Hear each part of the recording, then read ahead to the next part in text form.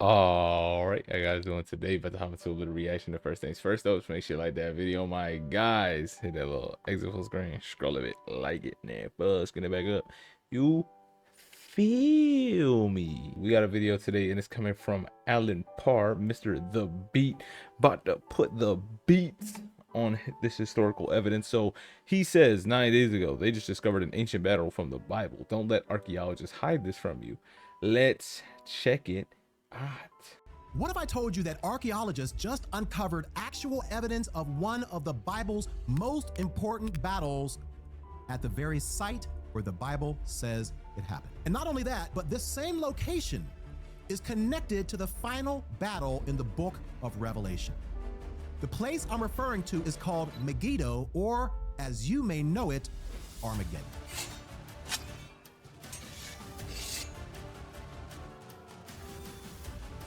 Nothing could be further from the truth. I get it. Nice, great history lesson. But what does this practically mean for me? Skeptics questioned whether Pontius Pilate was a real historical figure until they found a stone with not only his name, but his title as governor of Rome. Every time, To be honest, I didn't know Armageddon was a place. I thought it was just like the day of Armageddon. I didn't know it was like an actual place, historical place.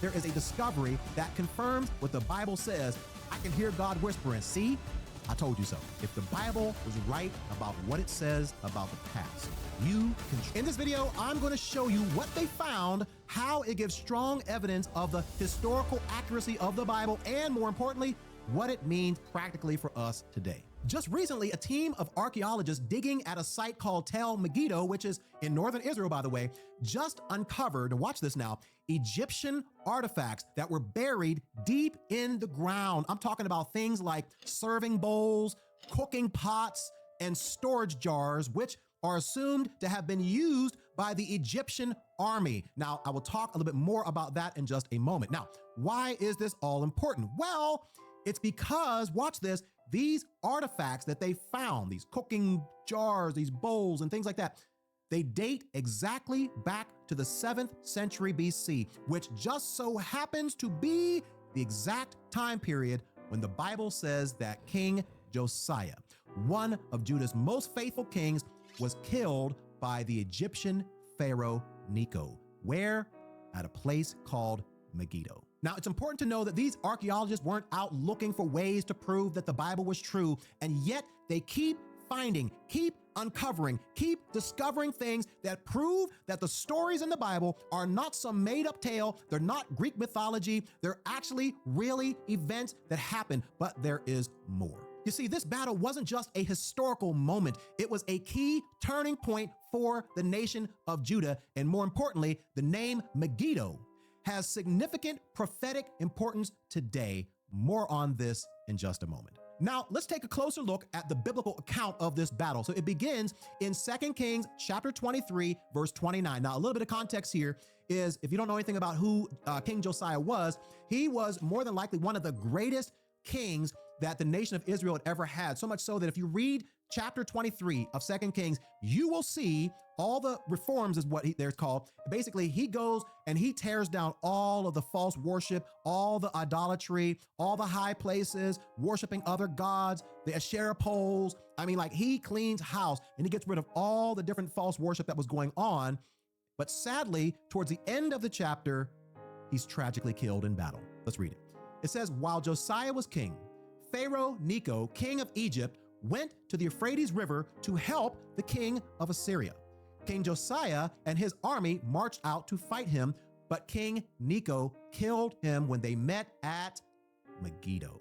So notice here that Josiah, king of Judah, he didn't even have to go out to war, right? It wasn't his war to fight, but as the Egyptian king, this Pharaoh Necho was on his way to help the king of Assyria fight, Josiah decides to try and intervene and meet him on the way. Well, tragically, while he was doing that, the Egyptian Pharaoh killed Josiah. Where? At a place called Megiddo. Now, the reason why this was so significant is because it was the beginning of the end for the southern kingdom of Judah. A little bit of history here. If you read 2 Kings 23, once again, you'll see how great a king Josiah was. But after his death, there came a string of weak and ungodly kings. And honestly, within a few decades, God allowed a foreign nation called Babylon to enter into Jerusalem, to invade the land, to destroy the temple, and take the people into captivity for the next 70 years. But here's where it gets even more interesting. You see, Megiddo isn't just the site of a battle that already happened. Let's fast forward to Revelation chapter 16, verse 16, which says this: "And the demonic spirits gathered all the rulers and their armies to a place with the Hebrew name Armageddon," which literally means hill of Megiddo. Is this a coincidence? This tells us that history is being written by the very hand of God himself. So at this point, you might be asking, okay, Brother Allen, I get it. Nice, great history lesson, but what does this practically mean for me as a Christian today? Well, let me give you one major takeaway, just one that I want you to take away, and that is it. The Bible is not just a spiritual book. It's a historical book because, my brother or sister, one of the most common claims that many skeptics make regarding the Bible is to question the authenticity of certain events. They want to question whether there was truly a flood in an ark. They want to question whether Jonah was really inside of a huge fish for 3 days. They want to question whether Moses really did part the Red Sea. They want to compare the Bible to Greek mythology or folklore. Or they'll say that the things that are in the Bible didn't really happen. But these stories, basically, they can be used to teach good moral lessons. So in other words, these things didn't really happen, but the Bible's a real cool book with some good stories that you can use that will teach some good moral lessons, my friend. Nothing could be further from the truth, because I want to make sure that you are girded up with the information that you need so that when skeptics come questioning whether the Bible can be trusted, you'll have proof and strong evidence that the Bible is historically accurate. You see, God is using archaeology today to confirm his word. Listen, archaeologists are discovering things every day that are confirming that the stories found in the Bible are actual historical events. They're discovering things like the fallen walls of Jericho. You remember that story in Joshua 6? Right? They're discovering these things, walls that are fallen into the ground that confirm that the story in Joshua chapter 6 is true, that the walls of Jericho had fallen down. You see, for centuries, skeptics questioned whether King David was a real figure. That is, until the Tel Dan inscription was found that literally had David's name chiseled in the stone.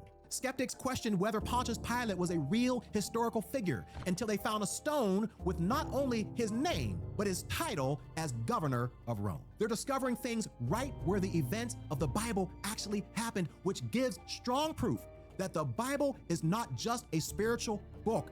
It is that, but it's not just that. It's a historical book as well. It is historically accurate. Listen, every time there is a discovery that confirms what the Bible says, I can hear God whispering, "See, I told you so." I told you that it just so happens that now history is catching up with what the Bible has already said. But here is the biggest principle that I want you to take away from this video. If you haven't gotten anything else, get this. If the Bible was right about what it says about the past, you can trust it to be right about what it says about your future.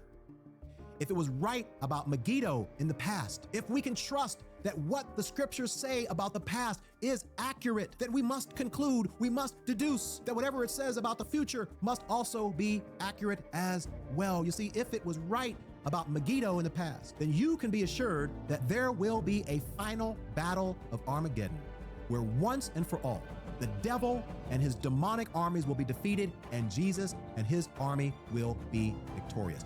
The question for you watching this video is this: which side of that battle will you be on?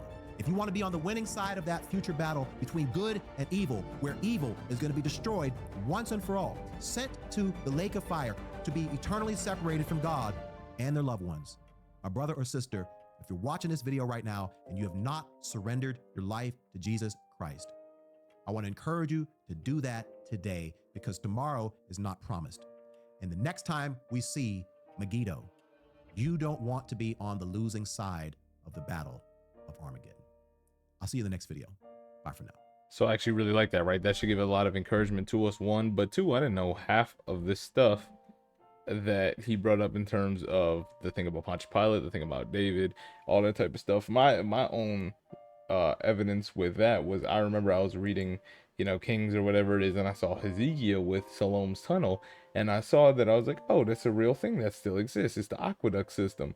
Oh, they historians agree that it was King Hezekiah who made it. And I'm like, so this bloodline, it's got to be true, right? They wouldn't just be like, oh yeah, Hezekiah made this alone tunnel, and then he had this kid and this kid and this kid, and they did this with the power of God, and they did this with the power of God, and before him there was this with the power. Like, all this stuff works together. But people, I guess, just don't want to see that. I don't really know what they could have that goes against that. It's, I guess, we're really just not being honest about our assumptions that we're making with science, right? I talked about this before with like radiometric dating, how they're just assuming that things are made when they're made, right? If we didn't have proof that this stuff happened in like the 7th century, or like written records that it happened in the 7th century, to me I'd just be like, oh, it just supposedly happened in the 7th century where these bowls and all that was found. But you know, I also wouldn't say that this is overwhelming evidence, much so to speak, that it's just like Egyptian army bowls are there, or they assumed that it's from the Egyptian army. I don't know, it's not too concrete, but like with the stuff about David and Pontius Pilate and all that stuff, it's like more and more stuff keeps coming out. How much more can you keep denying it? And if you're somebody that keeps denying it, why do you keep denying it? Why not open your ear to that side of the argument, right? Why not switch sides in your argument? Because if you're like, well, all this evidence, well, if we're being honest with ourselves, right, you'd be like, well, all this evidence keeps coming out slowly but surely that all this stuff from the past is really true. Why not put your faith in it? And then why don't you wait for it to get fully disproven? Because by the way I see it, science ain't really fully disproven it, right? They just assumed a bunch of stuff and assumed that it would have to be written off. However, as science keeps getting more advanced, as we keep digging and digging, we keep finding more stuff that says, oh, this has evidence for it. Oh, that's not good for us. And it's to keep us weak. So, like you said, put your faith in Jesus if you haven't already. I'll catch y'all in the next one. All right, that's going to be the end of the video. Hope you guys have a fantastic rest of your day. Peace.